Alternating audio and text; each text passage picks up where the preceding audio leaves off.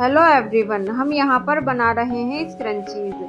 देखिए, ये हमारा ऑर्गेन्जा पेयर्स रिबन है। फ्रेंड्स, ये हमारे पास सिंपल और ऑर्गेन्जा दोनों तरह के फैब्रिक में हैं। देखिए, इसकी लेंथ और इसकी चौड़ाई हमारे पास सभी साइज में मिल जाएगी। फ्रेंड्स, अगर आपको भी ये ऑर्गेन्जा या सिंपल रिबन चाहिए तो इसका लिंक हमारे डिस्क्रिप्शन में है, वहाँ जाकर आप सिंपली ऑर्डर कर सकते हैं।